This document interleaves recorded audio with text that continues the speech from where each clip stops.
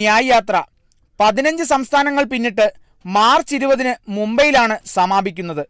2022 നടന്ന ഭാരത് ജോഡോ യാത്രയ്ക്ക് ശേഷം രാഹുൽ ഗാന്ധി നയിക്കുന്ന രണ്ടാമത്തെ യാത്രയാണിത്. National desk, Kerala vision. CPIM ഭീകര പാർട്ടിയാണെന്ന് ബംഗാൾ മുഖ്യമന്ത്രി മമതാ ബാനർജി. CPIMനോട് തൃണമൂൽ കോൺഗ്രസ് ഒരു വിട്ടുവീഴ്ചയ്ക്കും തയ്യാറല്ലെന്നും അവർ വ്യക്തമാക്കി. CPIM എല്ലാ കാലത്തും BJPയെ സഹായിക്കുകയാണെന്നും മമത ആരോപിച്ചു. സൗത്ത് 24 പർഗനാസിൽ നടന്ന സർക്കാർ ചടങ്ങിൽ സംസാരിക്കവെയാണ് CPIMനെതിരെ മമത രൂക്ഷ വിമർശനം നടത്തിയത്. CPIM ഭീകരരുടെ പാർട്ടിയാണെന്നും ലോക്സഭാ തെരഞ്ഞെടുപ്പിൽ തൃണമൂൽ കോൺഗ്രസ് അവരോട് സഖ്യത്തിൽ ഏർപ്പെട്ടില്ലെന്നും മമതാ ബാനർജി പറഞ്ഞു. CPIM എന്നും BJPയെ സഹായിക്കുകയായിരുന്നു. 34 വർഷം അധികാരത്തിലിരുന്നിട്ട് ജനങ്ങൾക്ക് വേണ്ടി CPIM എന്ത് ചെയ്തുവെന്നും മമത ചോദിച്ചു.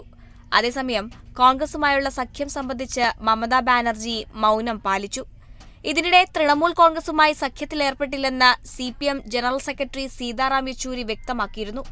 കേന്ദ്ര ഏജൻസികളിൽ നിന്ന് തങ്ങളുടെ നേതാക്കളെ രക്ഷിക്കാനുള്ള അടവു നയമാണ് തൃണമൂൽ സ്വീകരിക്കുന്നതെന്നും അഴിമതിക്കാരായ തൃണമൂൽ കോൺഗ്രസിന് BJPയെ നേരിടാൻ കഴിയില്ലെന്നും CPIM നിലപാട് വ്യക്തമാക്കി.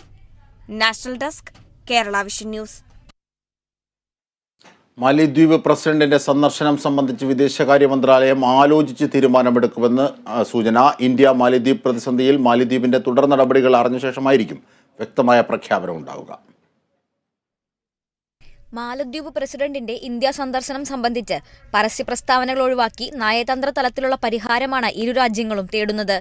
ഇപ്പോൾ സാമൂഹിക മാധ്യമങ്ങൾ വഴിയും അല്ലാതെയും വലിയ ശ്രദ്ധ നേടുന്ന ബോയ്ക്കോട്ട് മാലദ്വീപ് ക്യാമ്പയിൻ